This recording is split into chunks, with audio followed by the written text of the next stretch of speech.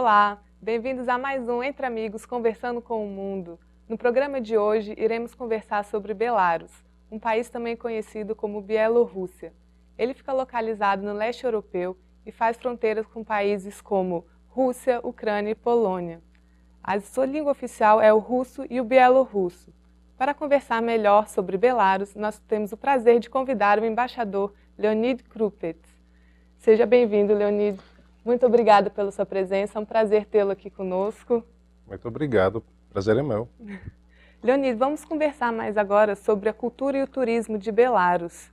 Belarus adquiriu sua independência recentemente, em 1991, e desde então o turismo internacional vem crescendo. Como se deu esse processo?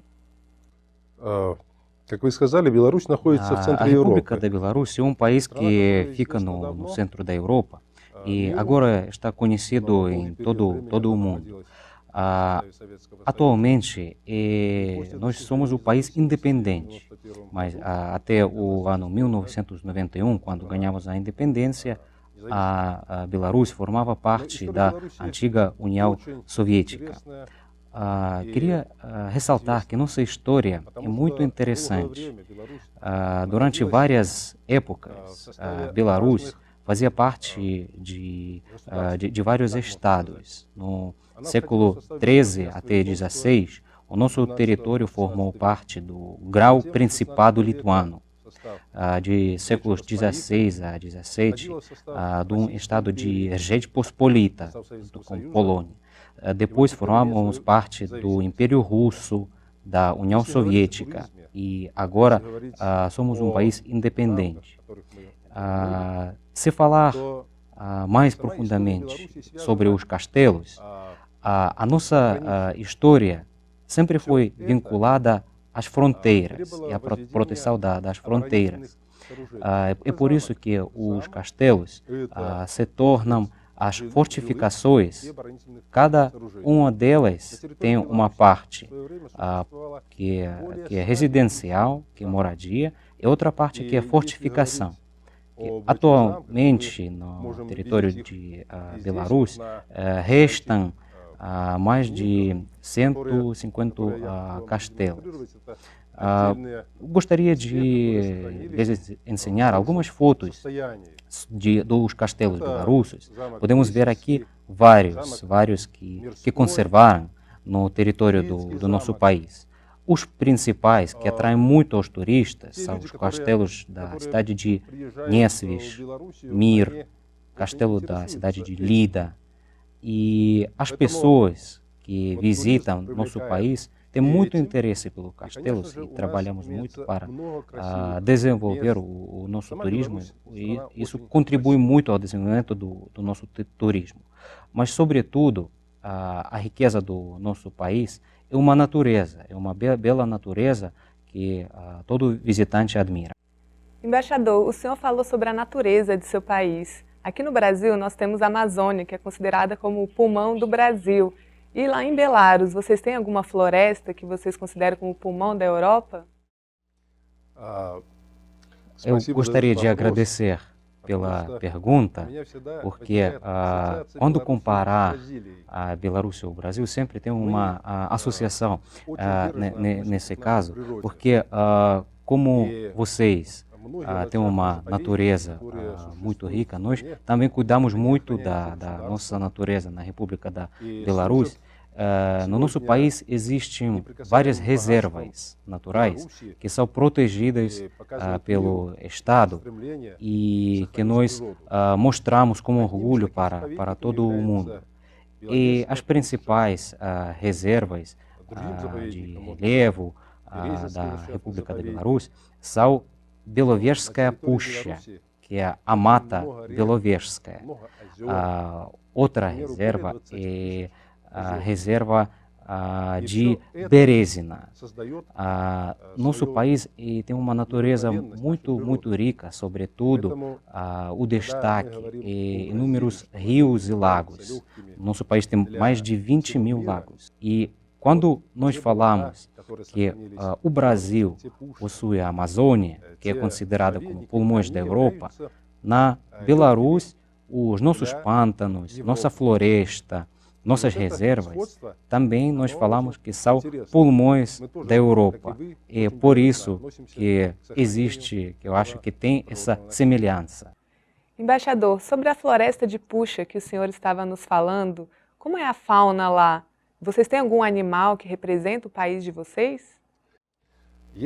Se falarmos do mundo de fauna, o mundo de animais da floresta bielorrussa, queria destacar que é muito variada, tem várias espécies de animais e, sobretudo, um dos símbolos nacionais da Bielorrússia é o búfalo, se chama zubr. É um animal que habita principalmente na Beloverskaya Puxa, na mata Beloverskaya. Foi um animal que sobreviveu nas condições muito difíceis. Depois da Segunda Guerra Mundial, quando quase todas as espécies foram exterminadas e se quedaram apenas 35 animais desses. Mas graças ao trabalho do governo da Bielorrússia e dos outros países, porque uma parte da Beloverskaya Puxa fica na Bielorrússia e outra na Polônia, agora o número das espécies cresceu consideravelmente. Ele habita normalmente em vários lugares do mundo, é transferido também para outros países. Embaixador, outro principal ponto turístico da Bielorrússia é o Museu a Céu Aberto de Dudutki. Como funciona esse museu? Afinal, manter um museu a céu aberto, como que vocês fazem para manter ele?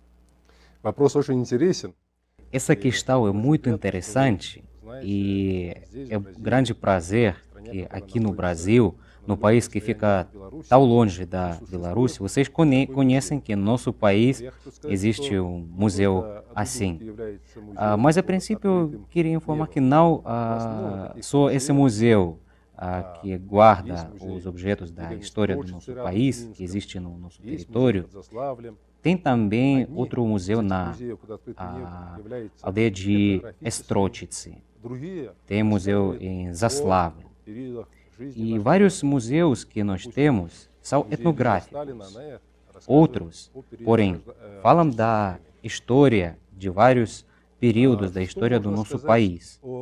Sobretudo, existe um museu ao ar aberto que tem o nome de Linha do Stalin, que fala do período da Segunda Guerra Mundial no território do nosso país. Se falar sobre o Museu de Dudutki, ele nos mostra a vida, o cotidiano das pessoas que moravam no nosso território em séculos passados. O Museu de Dudutki tem a igreja no território dele, tem um moinho de vento, o único moinho que existe até agora no território do nosso país. Tem a casa de abastecimento, onde guardavam várias coisas. Tem vários galpões e várias lojas de artesanato, onde preparam e fazem várias coisas de cotidiano. A louça, roupa, mostram como as pessoas moravam naquele tempo, como eles se deslocavam. E até os visitantes têm a possibilidade de participar desse processo para conhecer a história, para conhecer os objetos de artesanato, de trabalho. Tem uma exposição separada nesse museu de Dudutki, onde mostra exatamente como que foi o cotidiano dos nossos antepassados, dos bielorrussos que moravam naquele tempo. Tem roupa, tem louça e até no Museu de Dudutki pode provar a comida de aquela época, tem receitas tradicionais bielorrussas. Claro que tem vários edifícios, vários prédios de sustentação, os prédios de animais, criam vacas, cabras, tem cavalos, aves, pássaros. Quando estiver em Minsk, com certeza convido para visitarmos o Museu de Dudutki juntos. Ok, muito obrigada, embaixador, pelas informações e pelo convite. Vamos agora para um rápido intervalo e no próximo bloco retornaremos com a nossa conversa sobre Belarus. Até mais!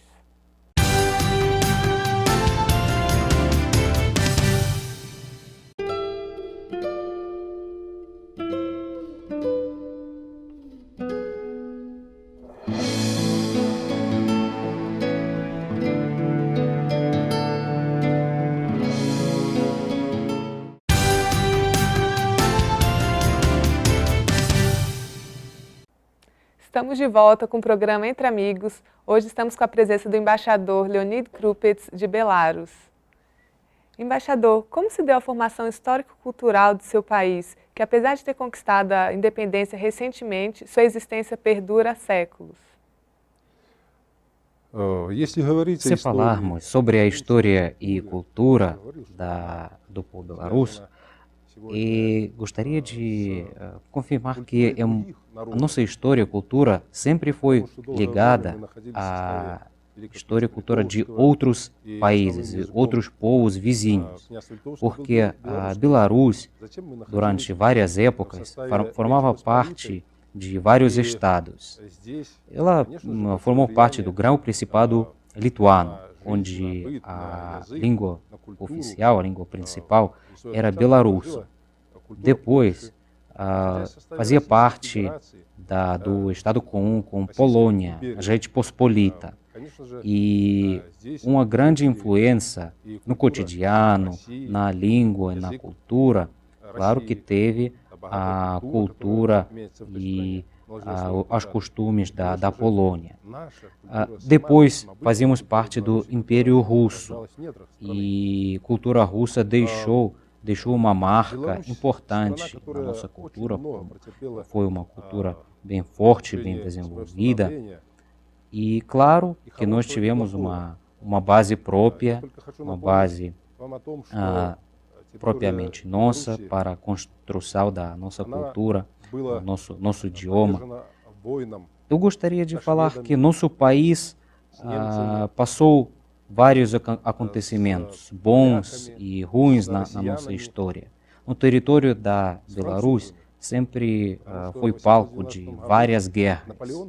Teve guerra com os suecos, alemães, franceses, russos, etc. Em 1812, o exército do Napoleão foi derrotado também no território da Belarus. Mas, claro que nosso país sofreu muito mais durante a Segunda Guerra Mundial, quando foi morto cada terceiro cidadão da Belarus. Cada terceiro foi fuzilado, queimado a vivo, desapareceu, foi morto nos campos de concentração. A economia do nosso país foi afetada totalmente. E por isso que eu falo sobre isso, para ressaltar que o mundo agora é muito frágil. E a gente tem que lutar pelo mundo e tem que morar em conciliação, em entendimento um ao outro. Esse ano, nós festejamos uma data muito importante, que é os 70 anos de liberação do território da Belarus dos invasores nazistas durante a Segunda Guerra Mundial. Quando nós falamos sobre as datas nacionais, temos a data principal, que é o Dia da Independência da República da Belarus, que temos no dia 3 de julho. Temos outras festas estatais, sobretudo é a data que comemoramos com muito orgulho, com muita alegria e, claro, com as lágrimas nos olhos, porque é 9 de maio, dia da vitória na Segunda Guerra Mundial. Temos várias datas nacionais, festas nacionais. Uma delas é a Calhada. Muito interessante, embaixador, sua colocação de vivermos em harmonia com outros povos e também dessa miscigenação que foi a cultura bielorrussa. O senhor poderia falar mais sobre outras festas populares, não só de Estado, que o seu país comemora? Claro que nós temos várias festas populares do nosso povo que até tem algumas festas similares que tem aqui no Brasil. As nossas festas principais populares na Bielorrússia são Kolyady, que se festeja no inverno. Tem Maslenitsa, que é a festa de intruso. Tem a Kupale, a festa de Ivan Kupala. Quando a gente fala sobre Maslenitsa, sobre intruso, é uma festa bem parecida ao carnaval brasileiro. Por que se fala assim? Que nessa época, na Bielorrússia, termina o inverno. E essa festa é celebrada exatamente no período quando termina o inverno, começa a primavera, e assim, despedindo do inverno, nós temos a celebração 8 semanas antes da festa de Páscoa. Uma festa tradicional, que tem raízes na nossa história, mas atualmente, cada vez mais, é uma festa mais popular, que tem mais participantes. Os moradores das aldeias, das cidades, se reúnem para se despedir do inverno, cantam várias canções tradicionais, tem danças nacionais, e essa semana toda, a semana Maslenitsa, que a gente fala de manteiga, está ligada à celebração, mas essa celebração quando está proibido consumir carne, produtos de carne, porque é uma semana de jejum. E consideramos que isso é uma preparação para o grão jejum antes do feriado da Páscoa. Toda essa semana visitamos as famílias, os parentes, e no final, no domingo, temos grande celebração, quando o povo queima o espantalho do inverno para se despedir e pedem perdão a todos pelas faltas, pelos inconvenientes cometidos no ano passado. Tem outra festa nacional, uma festa popular, que é a festa de Kupale. É uma festa bem parecida às festas juninas aqui no Brasil, porque se celebra na data de 6, na noite de 6 a 7 de julho. É uma festa de verão muito interessante, que é muito popular entre os jovens, sobretudo, porque é uma noite mais curta, tem vários costumes. É muito interessante quando as garotas bielorrussas, eles fazem as coroas de flores e eles jogam elas em água eles colocam uma vela na coroa e jogam a coroa em água para ver se conseguem encontrar esse ano o noivo. E eu poderia falar mais também sobre outras festas nacionais. Muito interessante, né, embaixador, que nossos países, apesar de serem tão distantes geograficamente, possuem essas festas em comum, como o carnaval, ou então a festa que o senhor mencionou, que parece com a nossa festa junina. Claro que todos nós somos pessoas e estamos interligados, e é lógico que tem festas parecidas aqui no Brasil e na Bielorrússia, com certeza. Embaixador, nós falamos o tempo todo em Bielorrússia. Qual o significado desta palavra? Se falarmos sobre o sentido da palavra Belarus, existem várias legendas Uma fala sobre os territórios, aquelas terras onde fica a Bielorrússia. Na antiguidade moravam as pessoas com cabelo branco e que usavam roupas brancas. Tem outra legenda que fala sobre o território do nosso país como o território livre, que não foi afetado pela invasão dos mongoles e os tátaros.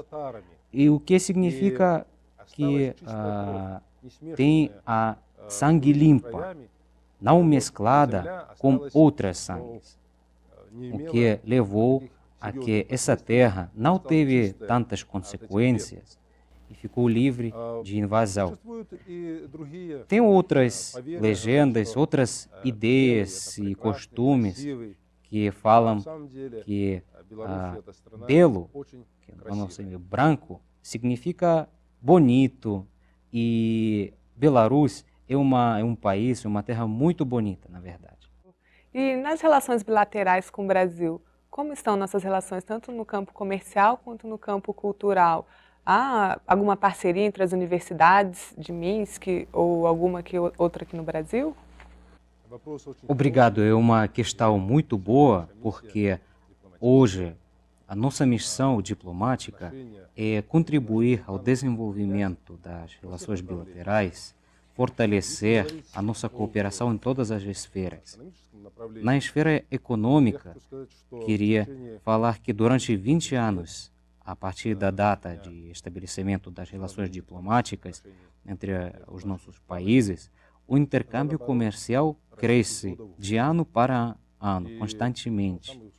O valor maior durante o período da nossa cooperação, do intercâmbio comercial, foi 1,6 bilhões de dólares.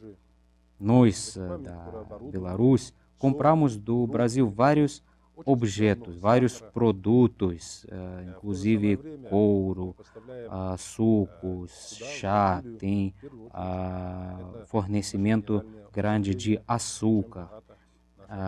Nós exportamos para o Brasil vários produtos minerais, como são fertilizantes, porque Bielorrússia tem uma riqueza nos fertilizantes. Tem também exportação bielorrussa de várias telas, de equipamento. E atualmente nós procuramos outros nichos para desenvolvimento de nossa cooperação. Na esfera de cultura, eu queria expressar minha gratidão aos brasileiros que anualmente participam do festival teatral na Bielorrússia, que se chama o Vaso Kufar Teatral. E anualmente tem encontros e tem apresentações da banda, do grupo nacional de dança e de canção. E nesse ano, em novembro desse mesmo ano, nós esperamos que o grupo dos artistas bielorrussos chegue aqui no Brasil para fazer as apresentações. Seria um prazer. Na esfera de educação, atualmente consideramos vários projetos de cooperação e várias propostas e estão consideradas pelos nossos ministérios. Anualmente, cresce o número das relações, o número das pessoas que conhecem a Bielorrússia e o Brasil, também o meu prazer informar isso. E 3 anos atrás foi aberta a embaixada da República da Bielorrússia na República Federativa do Brasil e, afortunadamente, eu sou o primeiro embaixador do meu país no Brasil. Seja bem-vindo, embaixador. Muito obrigado. Muito obrigada pela sua explanação que tanto nos enriqueceu sobre a cultura, história e turismo de Belarus. O nosso programa fica por aqui. O senhor gostaria de deixar alguma mensagem final? Eu quero agradecer muito por minha visita nesse estúdio e agradecer. Por quê? Porque eu acho que, obrigado por esse encontro, eu posso apresentar para o povo brasileiro nosso país, falar pouco sobre povo, sobre tradições, sobre costumes, sobre história, e isso vai aumentar relações entre nossos povos, entre pessoas, e eu acho que aqui no Brasil, pessoas bielorrussas que moram aqui, eles também vão gostar de escutar essas palavras, que no Brasil existe um pequeno pedaço de terra bielorrussa. Claro. Eu desejo tudo de bom para o povo brasileiro, desejo saúde, paz, fraternidade, e que nós sempre ajudávamos um ao outro nessa vida. Desejo tudo de bom. Muito obrigado por esse convite. Muito obrigada a você, embaixador. Foi uma honra tê-lo aqui conosco. É honra minha também. Obrigada a você também, telespectador, que nos acompanhou neste programa Entre Amigos, Conversando com o Mundo. Ele fica por aqui. Até a próxima.